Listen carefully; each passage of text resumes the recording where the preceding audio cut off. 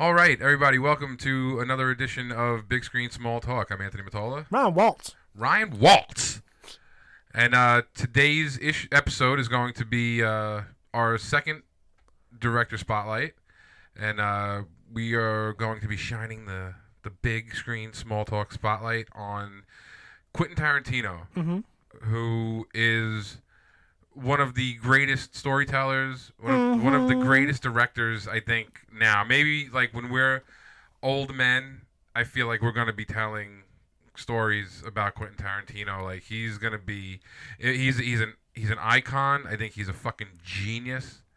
Everything he does, he has a way with dialogue and his scripts. Everyone is good. Some are better than the next. But, I mean, this guy can fucking tell a story... And his characters are so fucking memorable. I love Tarantino. I can't say enough good things about him. Yeah, I don't understand people that don't like Tarantino. I don't know many that don't. And if they do, I think it's because he's very gratuitous. Like his violent movies are like he's very violent. I feel like he's very real too. I feel like the only people I've ever talked to that didn't like Quentin, they didn't like it. They didn't like him just for fucking like shock value. You know, like I don't like it, and you're like, like they did it just to fucking spite you. Yeah. Like I'm too cool for Quentin movies. I remember when before we went to go see Django. We had gone to Kristen's family's house, and her brother had seen it before we had seen it, and he was telling her, "Oh, you're not gonna like it. It's too graphic." And I wanted to go, if you know some of the shit that I showed her, I'm like, there's nothing that's too graphic. And then I went and I seen it, and I was like, well, I said I think some people get it, and some people don't. You know, I didn't feel like that movie was excessive. I felt like it was. It was a spaghetti western. It was a western from the 70s. It was very wild bunchy. It was I don't know. That movie's really good. Little long. Dad knows everything. Yeah, well, so let's start from the beginning then before we get too caught up on getting into Django. it. The movie that we're going to start with, to me, is the movie that started it all for Tarantino, and that is one of the best first movies to come out of the gate with is fucking Reservoir Dogs. You want to talk about fucking dialogue on point? Most of the movie takes place in that like little warehouse thing. Yeah. So I mean, it's all dialogue. The first scene of the movie is a 15-minute dialogue scene at a fucking diner. And it's classic. The whole fucking line with the tipping, you know what this is? This is the world's smallest violin playing for all the waitresses in the world. Word's too fucking busy. Shouldn't be in a waitress's vocabulary. Okay. What do you mean something special? You want to take it out back and suck your dick? I'd go above 12% for that. Such a great movie. Takes the and then fucking Joe, Tommy Chang, Toby, Tommy Wan. Oh, Toby, that Japanese girl. Give me that book. Give me my book back. For the last 20 minutes, I've heard you go on about Toby Wang, Toby Chang, fucking Charlie Chan. I got Madonna's big dick coming out of my left ear. Toby, I don't know what the fuck, Jap coming out of my right. Such a great fucking movie. And then to me, the line of that scene, it expresses Harvey Keitel's fucking toughness in that movie and how cool he is when you want me to shoot this guy for you? And he goes, you shoot me in a dream, you better wake up and apologize.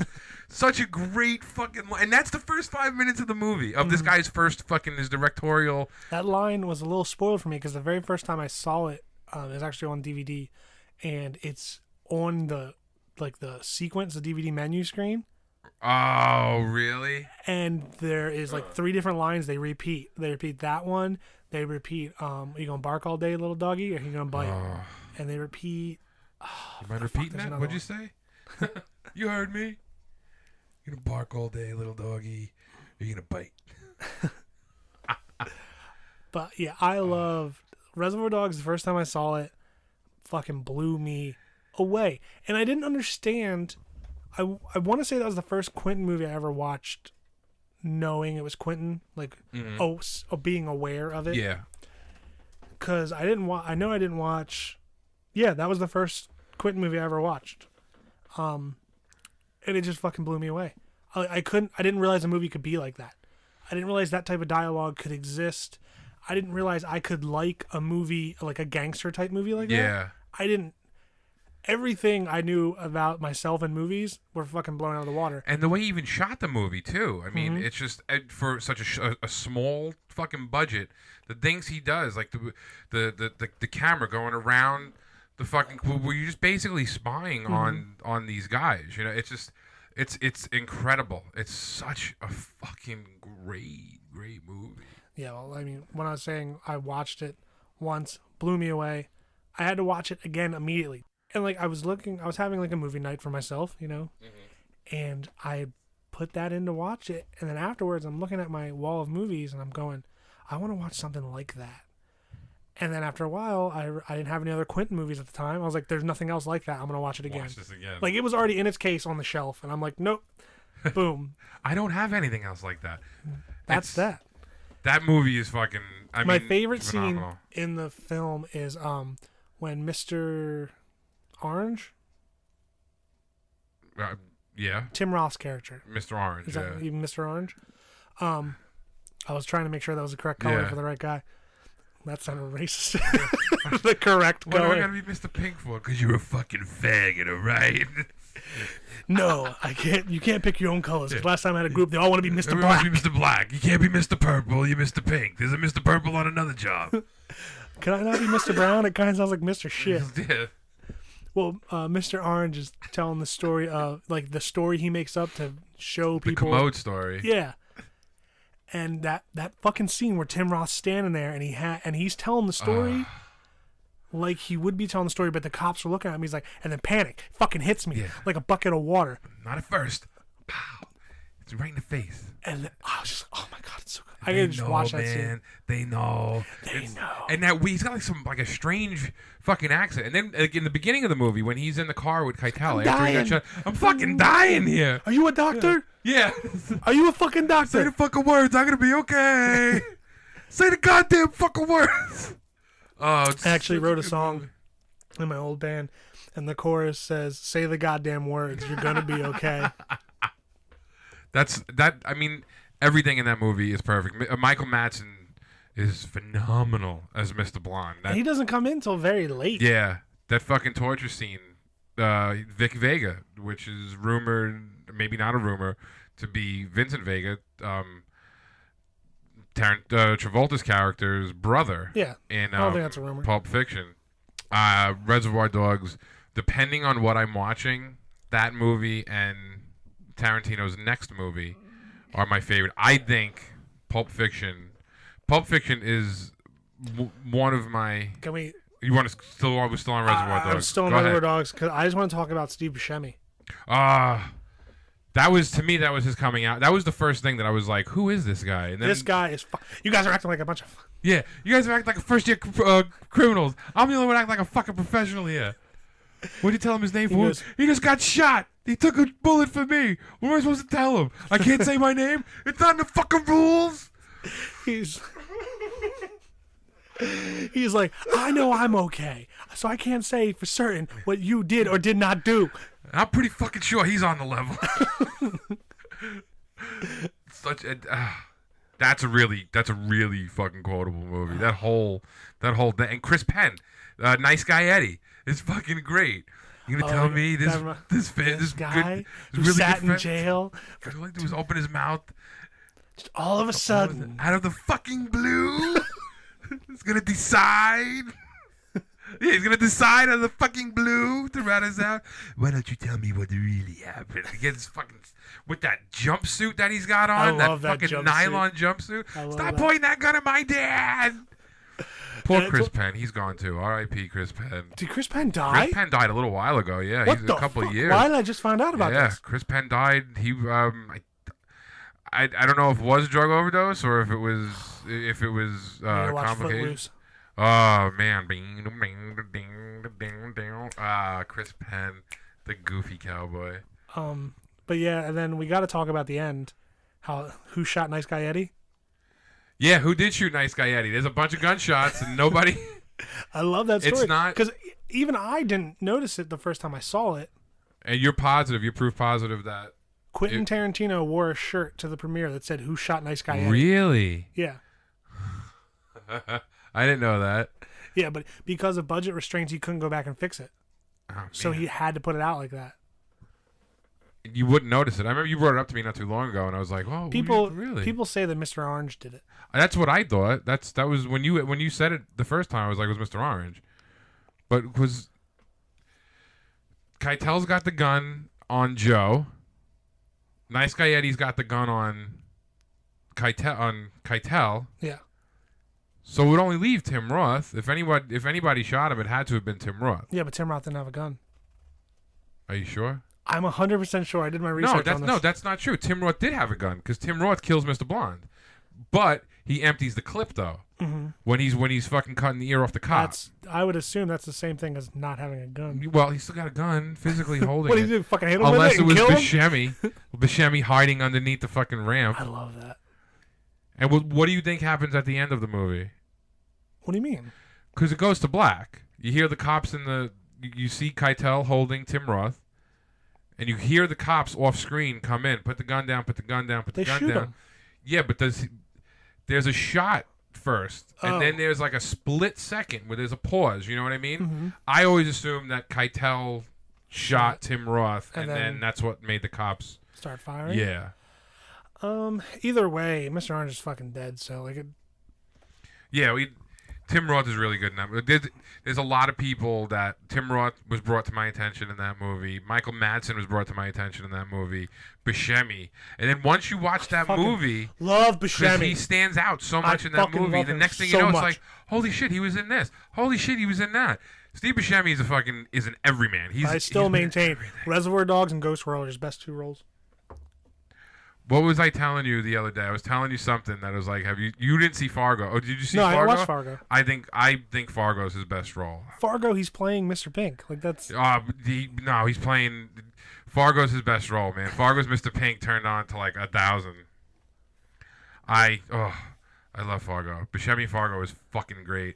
Buscemi in Reservoir Dogs is equally great. Reservoir Dogs that's a 5-star movie, a 10-star movie, whatever we grade on. That's I agree. Fantastic. And again, another incredible movie to come out of the box with, you know. And then he follows it up with Pulp Fiction, which is one of my all-time. I think it was number 2 on my list when we did our top 10. Maybe. I don't remember. The same way you felt about Reservoir Dogs, you were saying like you'd never seen anything like that. I went to go see that movie. I saw that in the theaters. That movie came out in '94, so I was 13 years old. I was up here. I was living in New York at the time. Same year as Clerks. Same year as Clerks. I was living in New York at the time. I would come and spend the summers up in Pennsylvania at my grandparents' house, and on the weekends I'd go to my uncle's. My one uncle was a big movie buff, and he was like, "Oh, we gotta go to the movies." And Kendrick Square has the $2 movie theater. It was $1 at the time, and that and Braveheart were playing. And he said, "What do you want to go see?" And I was like, "Well, I want to go see Pulp Fiction." No idea what it was about. You were 13 at the time? 13 years old, and I wanted to go. My uncle has. There's never been any kind of censorship. I was 5 years old. I'm 33 years old now. I still sleep with the light on because of my Uncle Joe and all of the horror movies that I watched when I was like 5, 6 years old. We go and see Pulp Fiction for $1, and from the fucking go, I was like hooked. And like that was the first movie where it was like, I would love to make a movie. I was blown away. I'd never seen anything like it before. That's really what jump started my craziness into I want to watch every fucking movie possible. I want to get all the references from this movie. I want to see where he made these. A perfect movie. Mm-hmm. A perfect movie. The way he weaves that story from the beginning scene of the movie with Pumpkin and Honey Bunny. Yeah. Is the last scene in the fucking movie. And it all comes full circle with a nice little fucking ribbon tied on it. It's an incredible movie. Another really great fucking script. That's his best script. It's better than Reservoir Dogs by a fucking hair, I think. Only because it's a bigger story, I think, when I say it's a better script. Because it has a lot to it. Yeah. It's complex. Yeah. That's the only reason I would say it's better. And it's a bigger cast, and it's a fucking big name cast at that. Bruce Willis, one of my favorite Bruce Willis roles is Butch. That scene freaked me out because that was the first time I'd seen anything. And I'm not anti-homosexual or whatever, but being a 13-year-old boy and get the gimp while the gimp's asleep, wake him up. And I remember looking over to my uncle going, what's going on back there? And he wouldn't even look at me. And then when they saw it, I was like, all right, I think I kind of understand what happens with a guy and a girl. Oh. I mean, if you're not ready for that stuff, yeah, no matter what age, that was like one of the few things that I was like, I don't know if I should be watching this. But it's a great. Keitel is great too. Again, another Harvey Keitel in that movie as the wolf. That's one of my favorite fucking scenes with Tarantino. And are you an Oak man, Jimmy? I'm an Oak man. I've only seen Pulp Fiction once. You're kidding me. I swear to God, I've only seen it once. What are you so on Pulp Fiction? No. It wasn't for lack of liking. I just bought it on Blu-ray. Well, that's your homework this week, man. I bought it on Blu-ray and I fucking watched it. It's on Netflix too. And I fucking loved it. You're crazy. I only saw it once. That movie, that's one of those movies that gets better. It gets better and better and better every time you watch Steve Buscemi's in that too. He plays Buddy Holly. Yeah, for 5 seconds. That's a good scene too. The $5 milkshake. Wait a minute. It's a milkshake. That's milk and ice cream, and it's $5. And he takes it. I don't know what's worth $5, but it's a good fucking milkshake. I love that movie. My favorite scene in Pulp Fiction, though, would have to be where he shoots that guy in the fucking head. Oh shit! I shot him off. You hit a bum. I ain't no fucking bum. There's so many. Travolta and fucking Sam Jackson are so good together. They're so good together. Call a friend. I ain't got no fucking friends out here, man. This ain't my town. Oh, that's the scene. One of my favorite scenes in that movie is the first scene with them. We should have got shotguns for this thing. I like when Sam Jackson is explaining to Travolta, you're aware of this invention called a television. You're aware on this invention they show shows, and he's explaining how a pilot works and all of this stuff. Because Travolta's character just comes back from Amsterdam. If he's been there for like 4 years, the whole Royale with cheese. Oh, I love Pulp Fiction. I could do a whole podcast. I heard the Pulp thing, Fiction. Like the story of Quentin, where he talks about writing for these characters and how he doesn't think that when hitmen are going to do, like in most movies when there's hitmen or something like that, all they talk about is the job. Yeah. And he doesn't think that men are like that. He's like, they're talking about everything other than what's going on. Taking out the big man's wife, Antoine Rocky Horror. There was threw him out a window. There was a greenhouse below, made of glass. Fell through that. So good. All touching his wife's feet. I'm just telling you, fucking Antoine should have known. Mia should have known. Fucking Antoine know. Marcellus knew.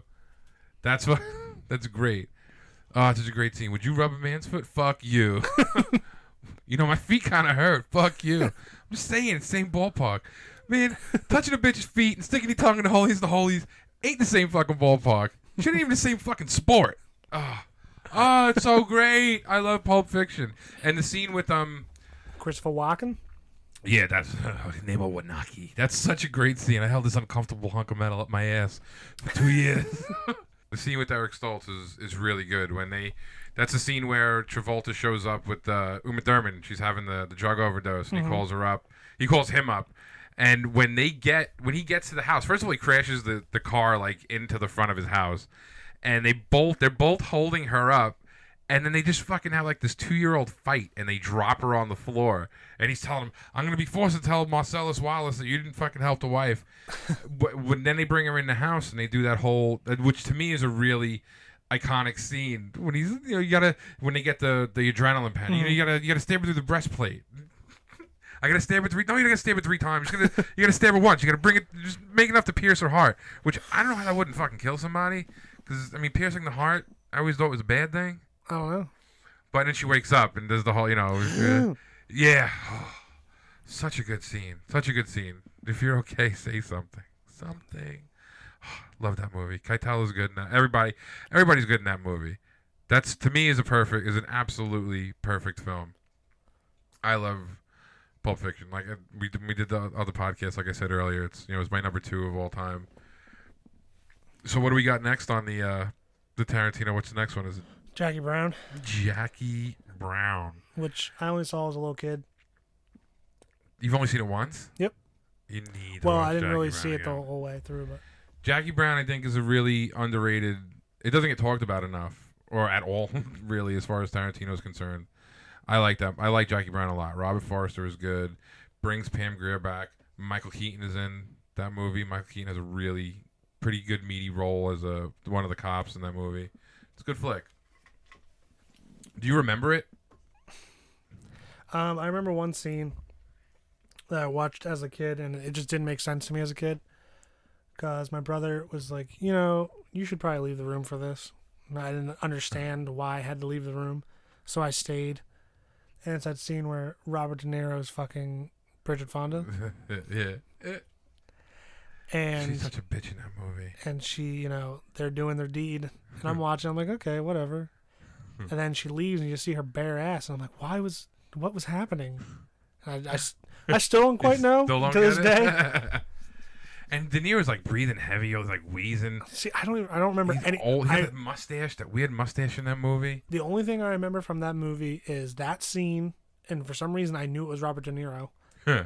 And I remember seeing Pam Grier walking with a briefcase.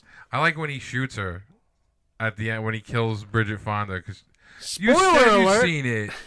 Hey man, if you said once as a kid, whatever, you're not gonna watch Jackie Brown. I'm gonna watch it. I like Jackie Brown. Like I said, I think that's a movie that doesn't get enough credit. It's a really good story. It drags on a lot. Mm-hmm. It's long. It's a little slower than some of his other movies, but Jackie Brown's a solid fucking flick. He's got a really good. You need to watch Jackie Brown again. I will. I think everybody needs to watch Jackie Brown again. After that, I feel like I'm gonna have to do a Quentin day. Yeah, knock him out. Dude, let me know. Let me know. I love Tarantino. I know I watched Reservoir Dogs. Oh, when I did my top 10 films, I watched all 10 in a row. Oh, really? Well, I did the first 5 one day and then the next 5 another day. Reservoir Dogs is great. So what do we got now? Kill Bill. Kill Bills are good. The thing with Tarantino is that this is a lot of directors that I like are fans of film, Mm-hmm. and me and my friend Rob, we always make a joke about Quentin Tarantino and how he's like, I just love movies. Movie magic. It's just so good. Such a weird voice. So every time we see a bad movie, we're like, even Quentin loves this movie because he just loves movies. He just loves movie magic. He's like, you made him. I don't know why he sounds like Woody Allen a little bit, but he's like, you made a movie? That's great. Like, I just picture him being the most supportive guy. Oh yeah. Like, you're making that's amazing. You're making a movie? It? Like, yeah. Like, that's how I picture Quentin. He enjoys what he does, man. And like I said, he's a fan, and it shows when he does. Like, he's a fan of kung fu. These Kill Bill movies, like, to me, they could have been made in the fucking 70s, and it would have, you know what I mean? It would have. You could have threw fucking Bruce Lee in there. You got Sonny Chiba in there, he references a lot in True Romance, which is the first movie that he's got, his story credit for. It's funny. In True Romance, when he goes that double feature of Street Fighter and Return of Street Fighter, and the triple feature and Sister Street Fighter. Okay. Well, I actually I was at Suncoast buying movies. And they had it so whenever you bought a movie, you got a free movie. And your choice was between The Magical Sword or something like that. It was this terrible 20s movie that they recolorized. Was it a cartoon? No, it was because it was live action. Really? Yeah, but I said it was from the 20s and they colorized it. It's awful. It's just fucking awful. Or you could get Sonny Chiba Street Fighter and Return to Street Fighter collection. Did you get that? Yeah, I have it. Have you seen them? Are they good? No, I was just like, what the fuck is... All right, it's a free movie. And I was in the food court and some guy came up and was like, oh, you have Sonny Chiba? I love Sonny Chiba. I was like, you realize they're giving them away for free. Like, literally, they can't give them away. Like the one fucking guy in the mall that ever... Sonny Chiba. So when I watched True Romance for the first time, I was like, oh, that's awkward. True Romance is a really good movie. It's all right. You're fucking crazy. You're crazy. That's a great movie. Christian Slater is so cool. You're so cool. I didn't believe their love story, man. I just did not fucking believe it. You fucking not believe their love story. You're Dude, crazy. he met her Whatever, a night. Man. She was. I don't believe it. Whatever. It's pretty convenient. A good movie. That's the first John she goes to sleep with. It could have been any guy. That's all I'm saying. Any guy that was going to date her. You want to know something else? There's a thing with the Tarantino movies where he uses a lot of the same names in all his movies. Mm-hmm. So the guy who hired Patricia Arquette in True Romance for Christian Slater's character, his name is Lance. It's also the same name of Eric Stoltz, the drug dealer in Pulp Fiction. In Reservoir Dogs, Joe is when he meets up with Harvey Keitel for the first time, talks about Alabama, his partner Alabama, which is Patricia Arquette's character's name. She was a good little thief. So I always wonder if there's like this weird like universe, Quentin Tarantino universe, it's just where like all these characters just are intermingling in this world and stuff. I don't know. True Romance is really good. I like the Kill Bill movies a lot. I know there's a version of Reservoir Dogs you can watch, kind of like pop-up video, where they tell you all the characters that they talk about. They tell you how they're connected to other Tarantino Oh, films. really? Mm-hmm. I'd like to see. I'd never seen that one. That's Well, pretty cool. If we have Quentin Day, we can watch that. Yeah, version. I'm down. I'm so down for that. Did you like Kill Bill 1 better or Kill Bill 2? I don't remember them. There's this version that I keep hearing about, and supposedly they filmed I'll get that. screened it in California, the Bride's Cut, where it's both movies in the chronological order, the way that Tarantino's vision of the film. I like Kill Bill. I support it. There's a lot of people that don't like it. I don't know why. I didn't like that they fucking made that scene at the end when she fights the crazy 88s in the first one, that they had to black and white it, otherwise he would have gotten an NC-17 rating. Fuck it, I would have took the rating. Fucking right. I don't know why people are like, oh, it's a death knell. I'm like, I hear NC-17. I want to go see it because it's NC-17. If How anything, fucking crazy that could will it be? attract an audience. I think. I mean, how crazy could the fucking movie be? If it's rated R, you know what I mean? Then people under 17 can't go to see it, regardless. So why not make How many fucking R-rated movies did you go to when you were... That's not what I'm saying. I'm just saying, there's ways around it. Nobody But- checks fucking IDs. But if it was NC-17, doesn't that mean basically the same thing? There's that means not even with an adult. You can't get in. No you children, have to be even with- 17 or older to get into that movie, even with the parent or not. Fuck it. Like, If it's that bad, I don't want my fucking kids seeing that movie. Yeah. You know? Like, I've seen a few NC-17 movies. None of them are... I'm like, oh, what the fuck? Why was that? Because I essentially always end up walking out going, wasn't that bad. why was that NC-17? There's other movies that I've seen that I think should have been, rated that. Did you ever see the documentary? It's called like Rated R. Not yet rated or something. Not yet rated. This film is not yet rated. It's got a picture of a girl with like Yeah, her yeah. ass Did on you it. ever see that? No, I But haven't watched that. Oh my god, it's so good. Kevin Smith's in it. Yeah. But they talk about the world of the people who do the rating. Yeah, they're fucking. They talk about how it's supposed to be this racially diverse group of people, but it's not. They're all It's like all stuffy old white it's men. the only organization other than the CIA that have secret identities. Really? Yeah, that their identities are kept secret. I think it's ridiculous. The rating system is insane. It's flawed. It's super flawed. And I don't know. I guess you have to rate the movies. I guess. But I don't. A rating has never made me. The only thing I concern myself about the ratings is horror movies. Yeah. Because if it's PG-13, I know chances are I'm not gonna like it. If you get a movie it's hard R, then I'm in. Especially with the horror movies. Yeah. See what happens. So I'm a fan of the Kill Bill movies. I could go for them too. I haven't seen them in quite some time. Michael Kill Bill Madsen's really good. They're all really good. What do we got next here? Death Proof. That noise. What do we have after that? It's so good. I don't know, man. I saw it together because it was only like a week or two where they were released at the same time. I was so excited too. I was really excited. I was like, I feel like such a movie fan. Yeah.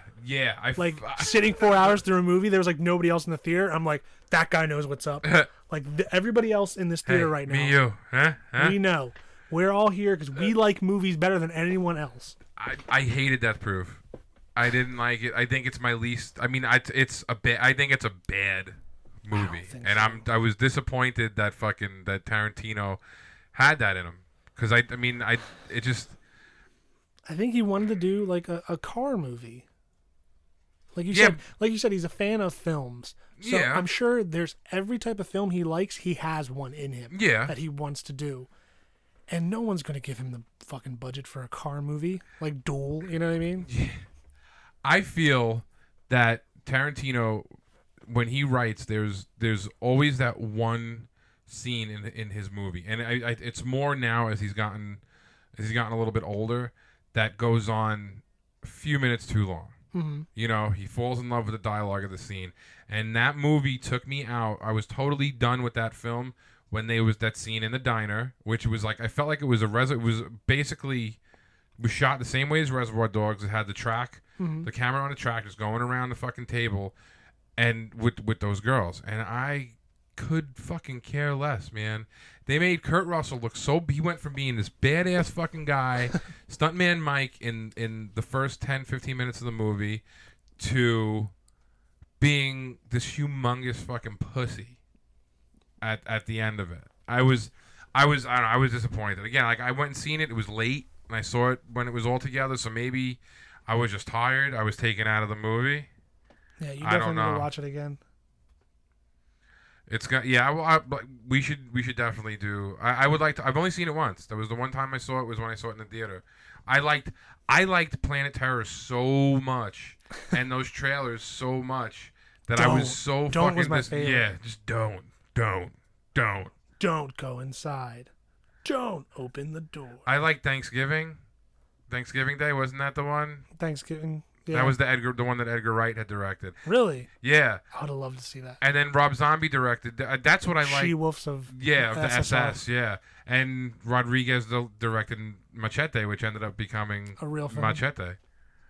See, Thanksgiving would have been a better one. I thought that was Eli Roth. I thought it was Edgar Wright. I don't know. Eli Roth was in Death Proof. He was in the film. Yeah, I know, but he also did one of the trailers. Did you see the trailer for the new Eli Roth movie? No. I posted it on the page. I did not watch it. It looks good. Cannibal movie. Looks the trailer. You don't see anything, but I'm intrigued. I like Eli Roth. So do I. So that's Death Proof. I don't have much to say about Death Proof.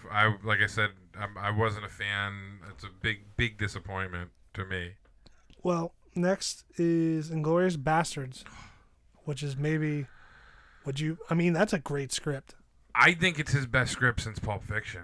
Yeah. I mean, you have that, Reservoir Dogs, and I think it's to me, it might be his best movie since Pulp Fiction. That kills Hitler. It's just totally rewrites the way World War II ended. But I mean, it's just the pacing is perfect. Again, there's that one scene at the end when they're in the diner, something around him and tables, man. Just keep him out of fucking eateries and things will be fine. But when I first saw it, I kept on going, this fucking scene it's taking way too long. It's going on forever. They're playing that game. When they're in the basement. Yeah, when they're in that basement bar and they're playing. That scene did go on too long. But the more I've watched it, the more I'm like, this is totally necessary. I had no problem with it because it builds up the suspension because they're there, they're the undercover, they're not supposed to be there, and there's just that weird tension. And the guy comes over to the table.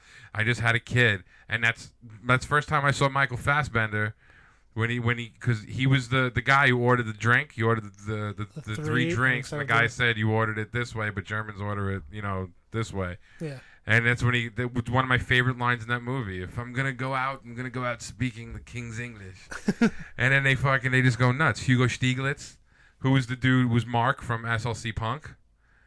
I love Mark and SLC There's a movie on here. It's like a disc, but there's a movie. This has not one. There's 1, 2, 3, 4, 5, 6, 7 different settings, all of which I will show you now. You stole from me. Oh, I mean, how could you talk about Inglourious Bastards and not bring up one really good performance by Brad Pitt and a fucking phenomenal performance by Christoph Waltz? Arrivederci.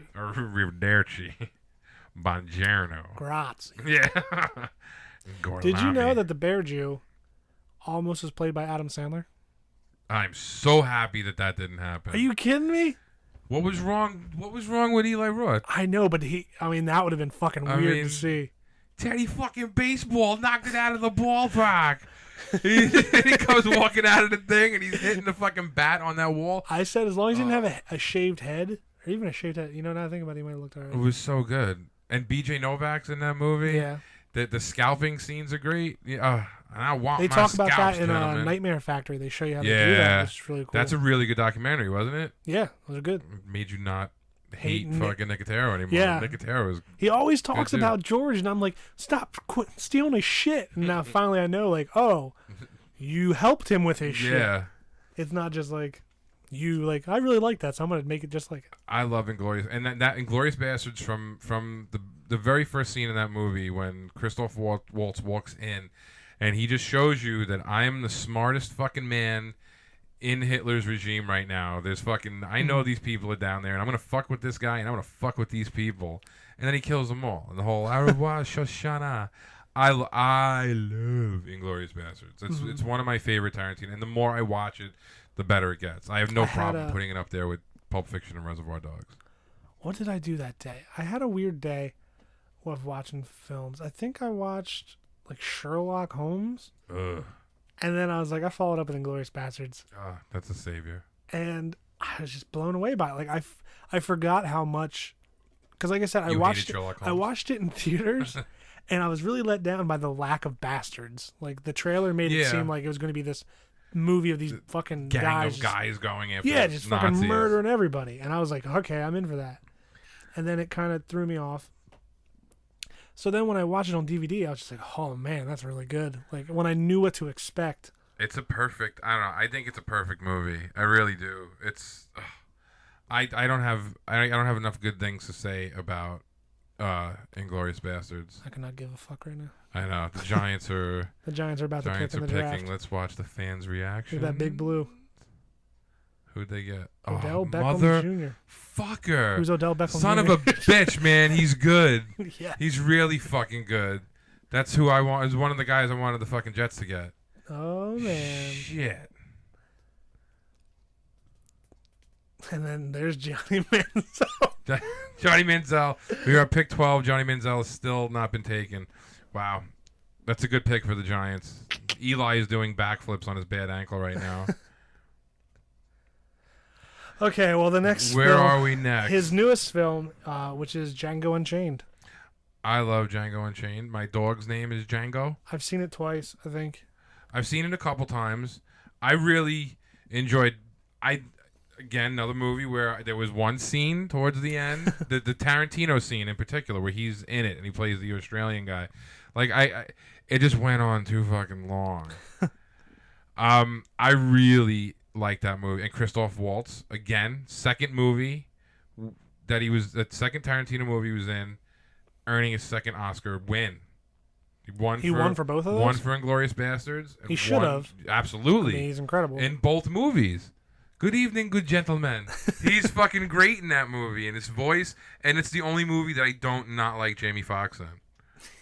Now that we've seen Electro, we can say Electro. What a fucking abortion that was. Fucking Christoph Waltz is really good. It's a cool story, but it's like you said, he's got one movie from every genre in him, and that was his spaghetti western.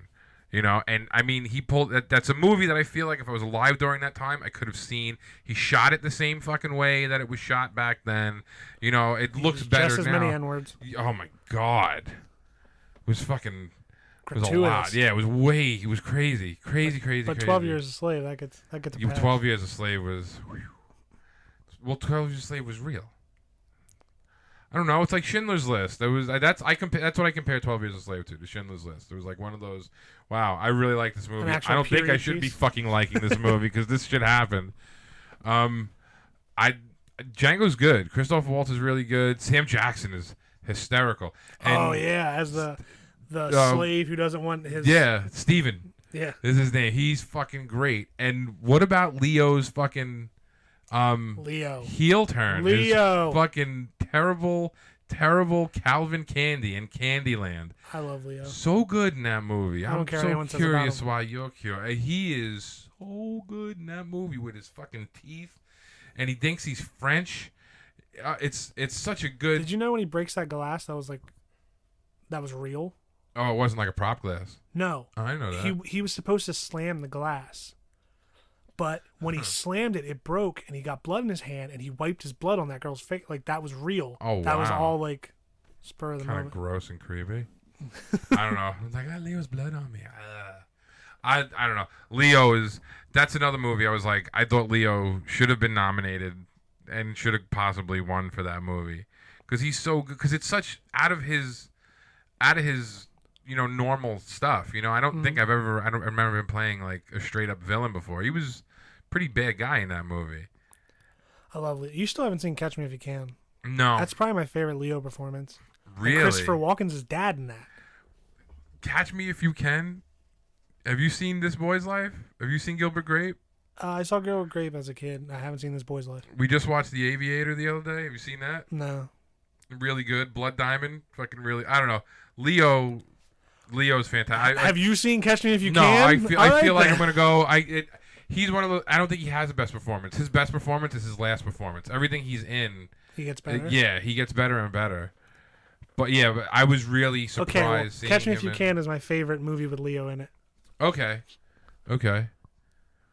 I was surprised to see Leo play that role, and he had fun playing that role. Maybe a little too much fun. I feel like when you get a script from certain directors, and I think Tarantino is one of those guys. It's like I can't wait to bring these fucking words to life, because you can have a good time, you play around with it, and I mean that they look. And Walter Coggins was good too. God damn you to Django.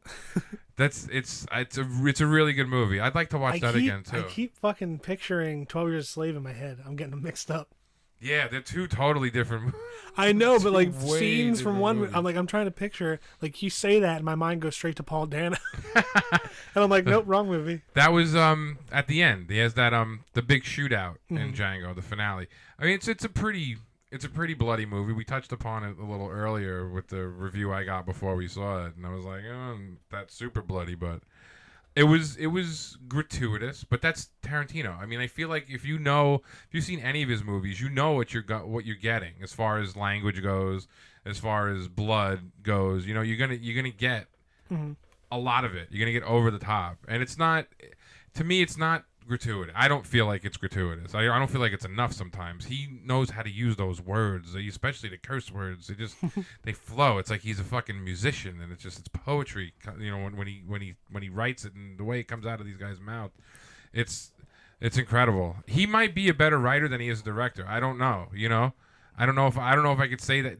His movies have such a good look too. Like I feel like his movies have a great look, but that's because he based them after films he wants to make. You know what I mean? Yeah. Like when he loves, his look is the look from films that he loves. If I showed you a random still from a movie, not with anybody in it, you know what I mean? I bet you can go, it's Tarantino. I feel like I can know his movie just by looking at something. To me he's a genius. He's a guy who. I think he's got one Oscar. I think it was for Pulp Fiction for original screenplay. But I mean, I think he deserves more. And I think that's because of the blood and the language and stuff like that he doesn't get recognized enough. And that's a shame. I think that's a real shame because he's I don't know. He's a modern day genius. I think he's gonna go down. As one of the best directors. Best filmmakers. Film. Yeah, that's a really good way of putting it. He is a fucking filmmaker. He's a great filmmaker. He just loves movies. Yeah, loves movies. The way, he does talk. He's all funny. Okay. Well, he's really fast. Like he's high, but he's not. He's high on life. I think he just likes being alive. Yeah. Well, if I was Quentin Tarantino, I'd like to be alive too. So what do we have any more? That's it, man. That's it? We have his upcoming films. The Hateful Eight is rumored. Well, The Hateful Eight, there's a weird story between that. He was trying to get it cast, and he sent it out to a couple actors and to their agents, and apparently one of the agents leaked the script online. The agent of the guy from Nebraska. Oh, it was Bruce Stern's agent. Yeah. Okay. Leaked it online, and Tarantino said, you know what? Fuck this. I'm not making the movie.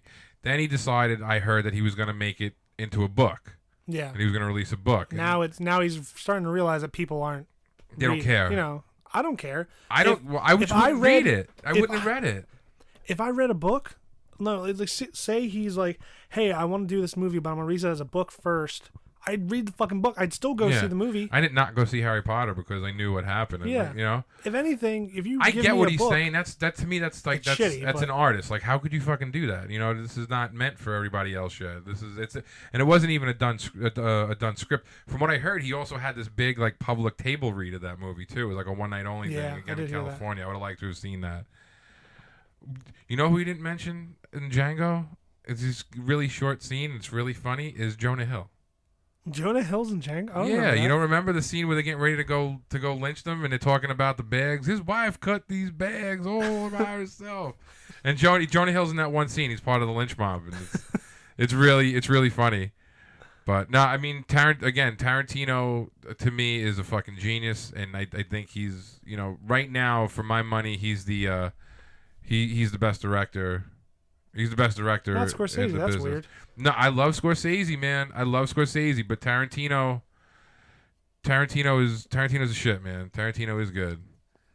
So another successful showdown. Another Successful spotlight. spotlight. We want to thank everybody for listening. The continued support is great. Keep listening. Tell people about it. Have them listen. Remember to like our videos and subscribe to our channel on YouTube. Follow us on Facebook at facebook.com/Big Screen Small Talk and at Twitter at BSST Podcast. And as always, I'm Anthony Matola. I'm Ryan Waltz. And we'll see you when we see you.